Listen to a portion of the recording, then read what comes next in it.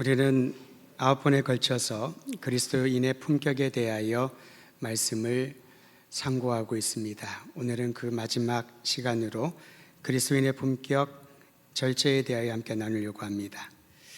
여러분, 9가지 열매를 다시 한번 제가 알려드릴 텐데 마음에 새겨놓으시기를 바랍니다.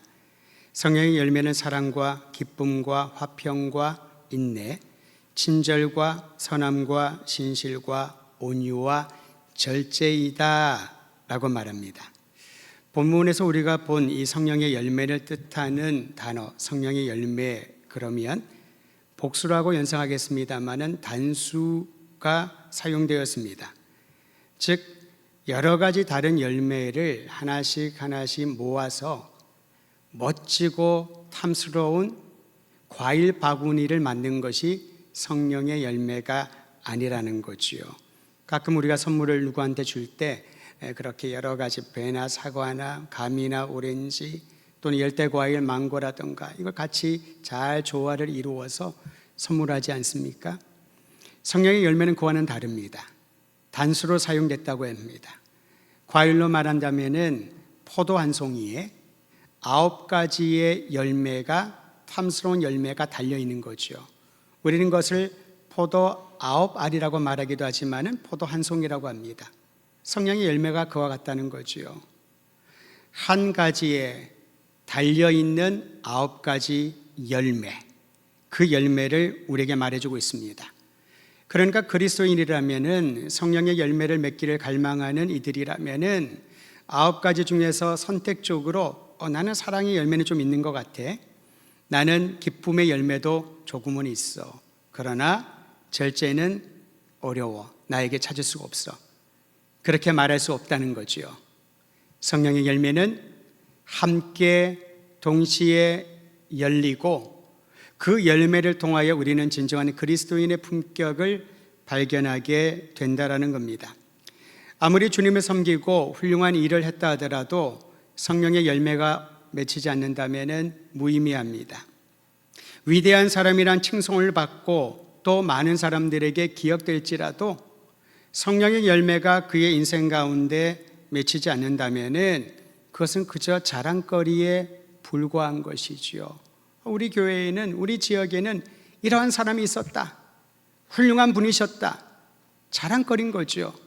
그런데 그것을 내 삶에 적용하여 나 또한 같은 길을 걸어가지 않는다면 그게 무슨 의미가 있겠냐라는 겁니다. 허무할 뿐입니다. 성령의 열매는 외적인 면을 뜻하지 않습니다. 내적인 측면을 강조하고 있습니다. 다시 말하면 그리스도의 성품이 내 안에 이루어지는 것, 그리스도의 성품을 닮아가기로 갈망하며 훈련받고 나아가는 이들, 육신을 따르던 옛 습성을 버리고 새로운 습성, 성령을 따라 살기로 작정하고 나아가는 이들에게 이 9가지 열매는 맺히게 된다라는 거죠. 사람마다 기질과 성격이 다릅니다. 어떤 분은 천성적으로 급합니다. 또 다른 분은 매우 느긋합니다. 제가 대전에 온다고 하니까 주변에 서울에 있는 분들이 저한테 얘기를 해요. 그 충청도는 굉장히 느린 편이라고 들었는데, 근데 제가 여기서 살면서 그분에게 얘기를 해줬죠. 살았던 경험을. 느리지 않다고, 굉장히 급하다고, 말도 짧다고, 풀어서 얘기하지 않는다고. 그럼 물론 지역이나 문화적인 부분도 있습니다만은 사람마다 다 기질이 다르고 성격이 다른 거지요. 덧붙여 살아온 환경에 따라서 성격이 재형성되기도 합니다. 사실 제가 하나님의 부르심을 받고 어릴 적부터 목회자가 되기로 소원했을 때에 가장 큰 고민은 성격이었습니다. 무척 소심했습니다. 사람들과 눈을 마주치지 못했고요, 내 앞에 서너 명만 있더라도 가슴이 막 뛰어가지고 말을 버벅거리고, 근데 어떻게 제가 목회자로 설교를 하고 목양을 할 수 있겠습니까? 사람과의 관계가 중요한데요. 어떤 일이 생기면 피하기에 급급했지 직접 부딪히려고 하지 않았었습니다. 큰 기도의 제목이고 고민거리도 됐었지요. 그런데 구체적이고 실제적인 훈련을 받으면서 목회 현장에서 함께 주님의 은혜로 목양을 담당하면서 선교 현장에서 각박한 상황 가운데 불가능한 일에서 가능한 하나님의 역사를 사모하면서 그 환경들이 저의 성격을 바꾸어가는 것을 보게 됩니다. 변화시켜 준다는 거지요. 어떤 분을 만났는데 이분이 굉장히 말을 거칠게 하는 편이었습니다. 마음은 따뜻하고 그분의 의도는 그게 아닌데 말할 때마다 거칠게 표현을 해요. 가만히 저는 듣고만 있었었지요. 그분 때문에, 말 때문에 다른 주변에 있는 사람들이 상처를 입는 것도 참 많았습니다. 근데 개인적으로 대화할 기회가 있었는데 자신이 알고 있더라고요. 그래서 본인이 왜 그랬는지 설명을 해주는데, 힘든 환경에서 거친 사람들과 함께 일을 하다 보니 자신도 모르게 그 환경 안에서 의도하지 않은 거친 말과 행동이 나왔다. 설명을 해줍니다. 납득이 되었습니다. 저도 그렇고 우리 모두도 그렇지 않습니까? 충분히 그럴 수가 있지요. 그런데 중요한 것은 그렇다고 해서 자신을 그 상태에 내버려 두면 안 된다는 거죠. 내가 그 예수님을 구주로 믿고 난 이후에, 영접한 이후에 예수님은 뜨겁게 믿지만은 여전히 성격과 기질과 내 삶의 행태가 옛 습성을 벗어나지 못한다면은, 그리고 그것을 설명하는 것에 그치고 변화를 갈망하지 않고 변화되지 않는다면은 그가 가는 흔적마다 씨가 마르고 생명체를 찾아보기 힘들 정도로 삭막한 상황들이 이어질 거라는 것이죠. 그래서 성경은 우리에게, 그리스도인에게 이와 같은 품격을 갖추어라, 성령의 열매를 맺으라 라고 강력하게 요청하고 있는 것입니다. 그러면 어떻게 해야 내면이 변화되고 성령의 열매를 맺을 수 있을까? 성경은 복잡하게 방법들을 첫 번째, 두 번째, 세 번째 그렇게 제시하지 않습니다. 하나로 명확하게 전하고 있습니다. 한번 따라 하시지요. 예수님께 붙어 있어야. 그게 전부입니다. 어떻게 해야 내가 성령의 열매를 맺을 수 있을까? 내가 어떻게 하나님의 영광을 드러내는 그리스도인의 품격을 갖출 수 있을까? 내가 어떻게 해야 하나님의 영광을 드러내고 많은 사람들에게 기쁨과 감동과 이 사회를 변혁시키는 일에 동참할 수 있을까? 예수님께 붙어 있어야. 그러니까 여러분, 어떤 일들이 생기든지 우리의 출발점과 점검해야 될 부분은 내가 지금도 예수님께 붙어 있는가? 예수님께 붙어 있는 줄 알았는데 그 예수님으로부터 떨어져 나간 가지라면은, 그 떨어져 나가는 가지에는 더 이상 열매가 맺혀질 수가 없는 거지요. 아무리 애쓰고 노력을 해도 영양분은 공급받지 않는데, 생명의 근원이신 예수님으로부터 떨어져 있는데 열매를 맺으라 이야기한들 귀만 피곤할 뿐 아무 일도 일어나지 않는다는 겁니다. 성경은 복잡한 원리가 아니라 오히려 단순함을 가르쳐 줍니다. 우리의 생명의 나무이신 예수님께 붙어 있으면 자연스럽게 열매를 맺게 될 것이다. 그 열매는 예수님의 성품이 내 안에 임하여 내 삶이, 내 습성이, 내 기질이, 내 성격까지도 주님을 닮아가는 그런 인생의 여정에 들어가게 된다라는 겁니다. 그래서 성경은 이렇게 말합니다. 성령의 열매를 맺으면 하나님의 영광을 볼 것이요 비로소 그리스도의 제자라 일컬음을 받게 될 것이다.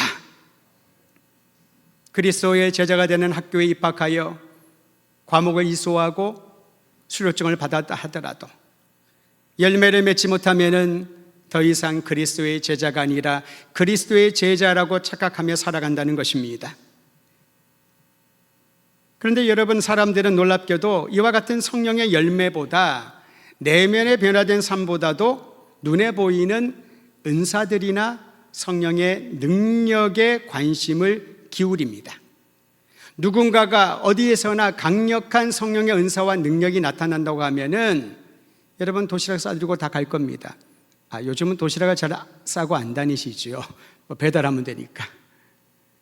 시간을 투자하고 열정을 투자해서 은사가 나타나고 기적이 나타나고 능력이 나타나는 곳에 동참하고 목격자가 되고 싶어 할 것입니다. 그런데 여러분, 아무리 천사의 말과 놀라운 은사들을 베푼다 할지라도 열매가 없으면, 성령의 열매가 맺히지 않으면은 아무런 가치가 없다라는 것이지요. 오늘 이 시간 우리에게 주시는 하나님의 마음을 다시 한번 받아들이면서 그리스도인 됨의 가장 중요한 성령의 열매, 곧 변화된 삶, 그리스도인의 품격을 갖추어 나가기를 우리 주의 이름으로 축원드립니다. 열정을 다하고 초점을 맞추어야 됩니다. 이제 그리스도의 품격으로 9번째 주제인 절제의 열매, 절제에 대하여 살펴보려고 합니다. 절제는 여러분, 먹고 싶은 거 안 먹고 그냥 참고 인내하는 그런 것이 아닙니다. 그보다 더 깊은 의미가 있습니다. 절제의 사전적 의미는 알맞게 조절한다, 방종하지 않도록 자기의 욕망을 의지로 제어한다 라는 의미가 있습니다.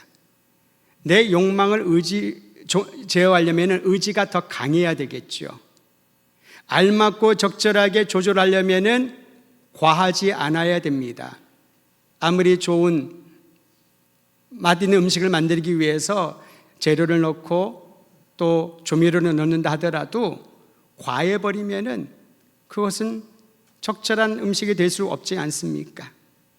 또 성경에서 사용된 절제로 번역된 원어를 보면 엔크라테이아라고 하는데, 엔크라테이아라는 이 단어는요, 힘을 뜻하는 크라토스에서 파생되었습니다. 즉 절제는 힘입니다. 조절할 수 있는 힘이 절제라는 것이지요. 하나님이 우리에게 부여하신 힘을 적절하게 조절하고 제어하여 사용할 때 좋은 결과를 얻고 조화로운 삶을 살게 된다라는 겁니다. 태생부터 힘이 센 사람이 있습니다. 여러분, 사과를 이렇게 쪼갤 수 있습니까? 힘이 센 사람이죠. 또 어떤 분은요, 그 사과를 이 손아귀에 딱 잡고 딱 잡았더니 거의 즙이 돼서 나오더군요. 힘이 굉장히 센 사람입니다. 그런 사람에게 이건 뭐라 그러죠? 딱밤을 맞으면 아마 정신을 차리지 못할 것입니다.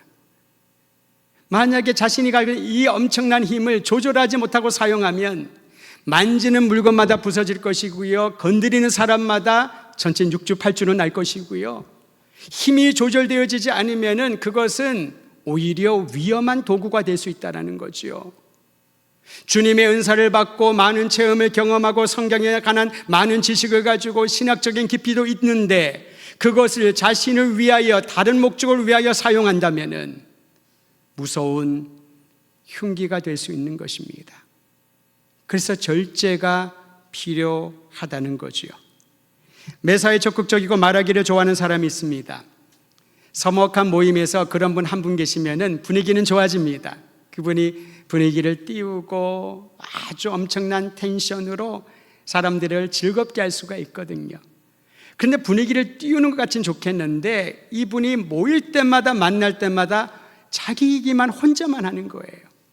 다른 사람 얘기를 듣지 않고 본인이 항상 주체자가 되어서 그 대화를 이끌어가고 자기가 원하는 방향으로만 간다면은 사람들은 그 사람과 함께 있는 것을 무척 피곤하게 느낄 것입니다. 참 말 많다, 참 피곤하다. 좋은 것임에도 불구하고 절제하지 못하기 때문에 오히려 사람들로부터 피하게 만드는 결과를 얻게 된다는 것입니다.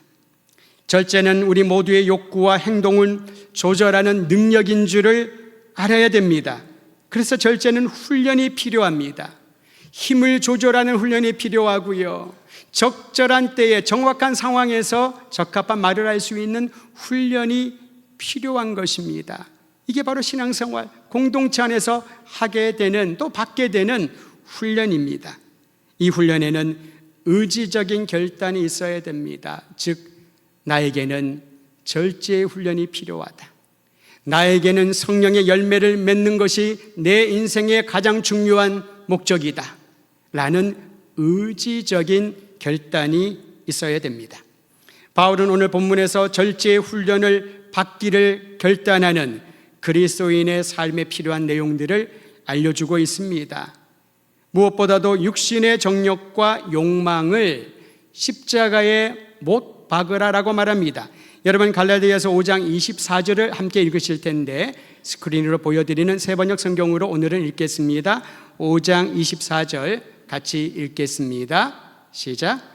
그리스도 예수께 속한 사람은 정욕과 욕망과 함께 자기의 육체를 십자가에 못 박았습니다. 여러분, 정욕과 욕망과 육신이 원하는 것은 무엇을 뜻할까요? 자기에게 집중합니다. 내가 원하는 것 해야 됩니다. 내게 있어야 되는 것 반드시 얻어야 됩니다. 내가 말하는 것 반드시 이루어져야지만 된다라는 거지요. 그거를 다 십자가에 못 박았다. 기독교 신앙의 중요한 상징이라고 말할 수 있는 것이 십자가 아니겠습니까? 여러분 십자가를 볼 때 무엇을 생각합니까? 우리 교회 십자가는 참 적절한 곳에 배치되었구나.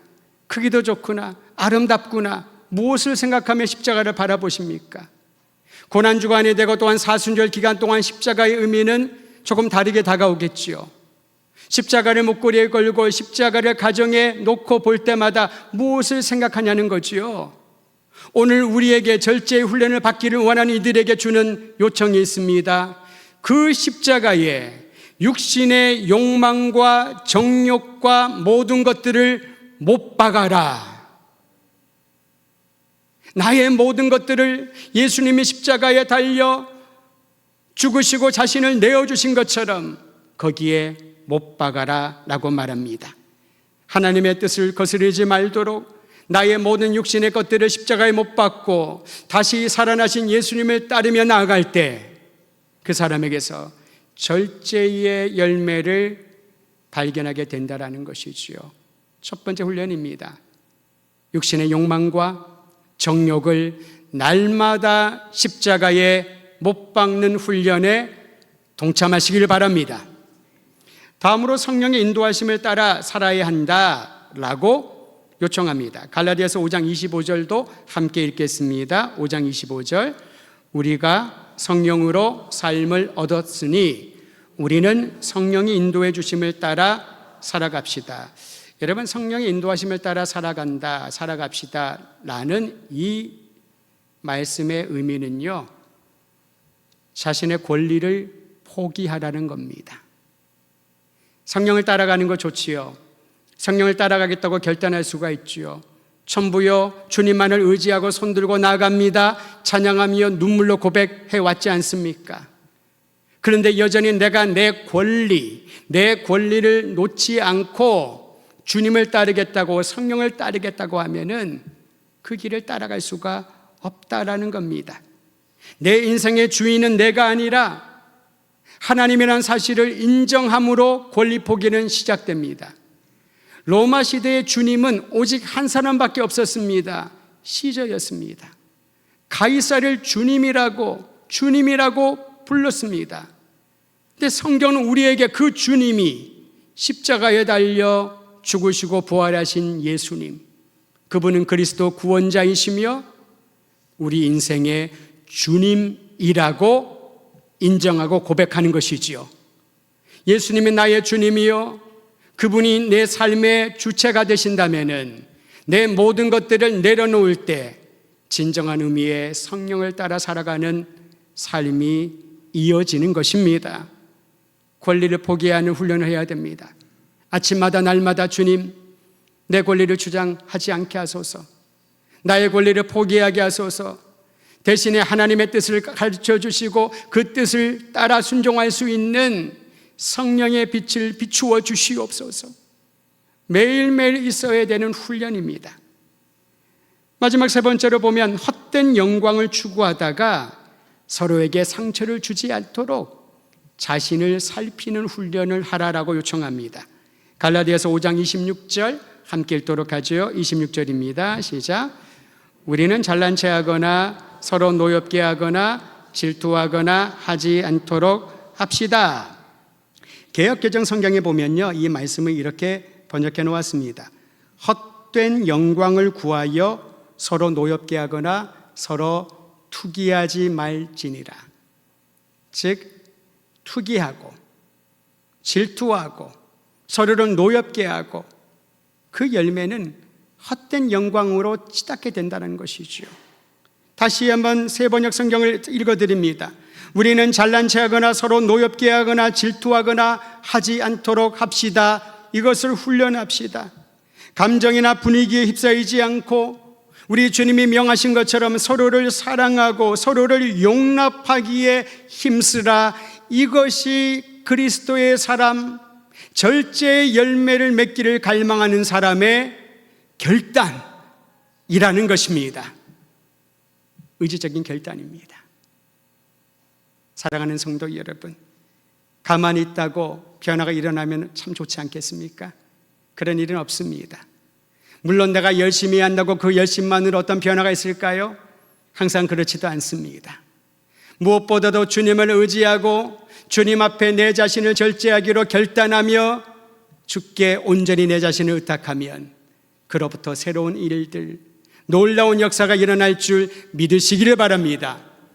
히브리서 기자는요, 믿음의 장이라고 일컫는 히브리서 11장에 믿음의 영웅들의 얘기들을 쭉 나가가면서 고난이 많았다, 핍박이 많았다, 그거 얘기를 기록합니다.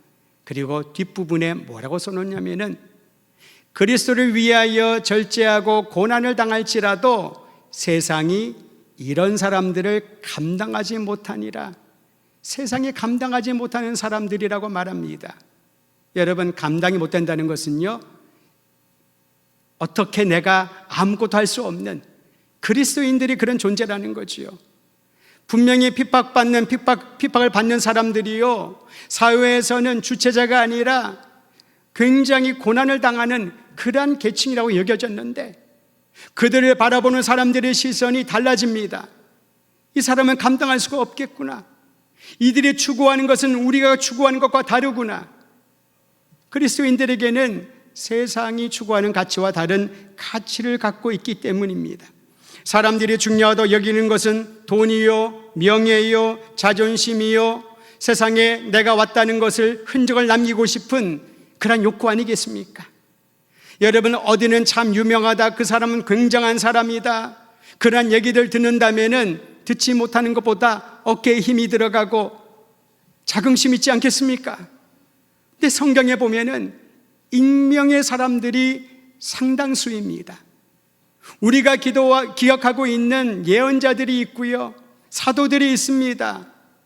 그러나 더 많은 헤아릴 수 없는 수많은 익명의 사람들이 우리 주님을 따라 걸어가며 성령을 따라 행하며 아름다운 성령의 열매를 맺혔기에 그리스도의 복음은 전 세계의 열방 가운데 지금도 전파되고 있음을 믿으시기를 바랍니다. 우리의 가치는 하나님의 영광, 우리의 가치는 생명의 복음을 전파하는 일, 우리의 가치는 사람이 아닌 하나님을 기쁘시게 하는 일에 있기 때문에 세상이 감당하지 못하는 사람이라고 토로하는 것입니다. 물론 절제하는 것은 쉽지 않습니다. 오죽하면 바울은 사역을 하면서 이렇게 고백하지 않았습니까? 내 안에 육신의 소욕과 성령의 소욕이 매일같이 다투고 있다고. 솔직한 심정 아닐까요? 내 안에 주님을 위하여 온전히 헌신하고 권리를 포기하고 육신의 정욕과 모든 욕구를 십자가에 못 박고 살기를 원하지만 또 다른 편에는 그렇게까지 할 필요가 없다, 이 정도면 충분하다, 이 정도면 하나님이 만족스러워 하실 것이다 라고 하는 내 기준의 내 욕구가 계속해서 갈등하고 씨름을 하고 있다는 것입니다. 그러므로 절제하려면 성령님의 온전한 지배 아래 내 자신을 의탁해야 됩니다. 무슨 일을 하든지 하나님의 방법을 따라 살아가는 훈련을 신앙 공동체 안에서 또 개인이 받아야 된다는 거지요. 우리는 이 훈련을 익숙해야 하고 있습니다. 예를 들면 예배의 훈련입니다, 말씀의 훈련입니다, 기도의 훈련입니다, 관계의 훈련입니다.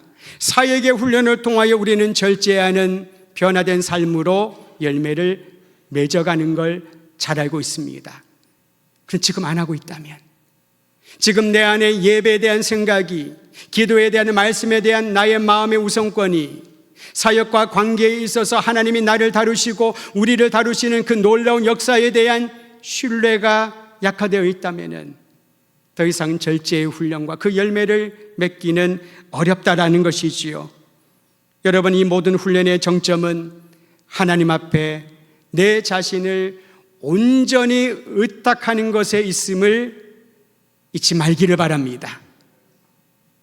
내 모습 이대로, 내 고통 이대로, 내 상황 이대로, 내 마음 이대로 주님 앞에 온전히 의탁했을 때 주께서 주의 성령의 인도하심 가운데 우리를 어루만져 주시고 힘을 주시고 회복시켜 주시고 새로운 일을 볼 수 있는 눈을 열어주시게 될 것입니다.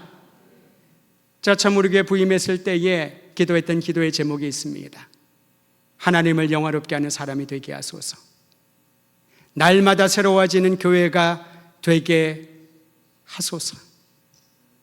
사랑하는 성도 여러분, 하나님을 영화롭게 하는 것이 내가 훈련받고 내 자신의 권리를 포기하고 내 자신을 의탁하는 목적이 있는다면 귀한 한 사람 한 사람을 통하여 무슨 일을 하든지 어떤 상황 가운데 있든지 그곳에서 분명히 여러분을 통하여 하나님의 영광이 나타나게 될 줄 기대하시길 바랍니다.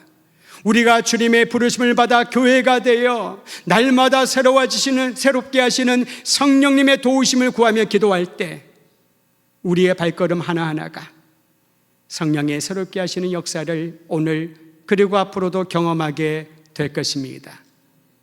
그러면 신이 나겠지요. 그러면 힘이 솟아오르겠지요.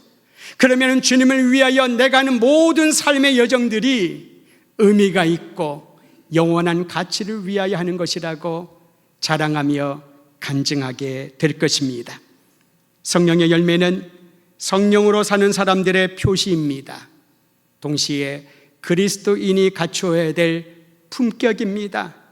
사랑과 기쁨과 화평과 인내와 친절과 선함과 신실과 온유와 절제의 품격을 지속적인 적극적인 훈련을 통하여 성령의 도우심으로 풍성히 열매를 맺게 되기를. 열매는 나무가 먹으려고 애써서 열매 맺지 않습니다. 그 열매는 다른 사람이 따먹으라고, 다른 사람이 그것을 먹고 흡족하고 즐거워하라고 열매를 맺게 되는 것이지요. 이 풍성한 열매 맺는 우리 더드림교회 성도들 되기를 주의 이름으로 축원드립니다.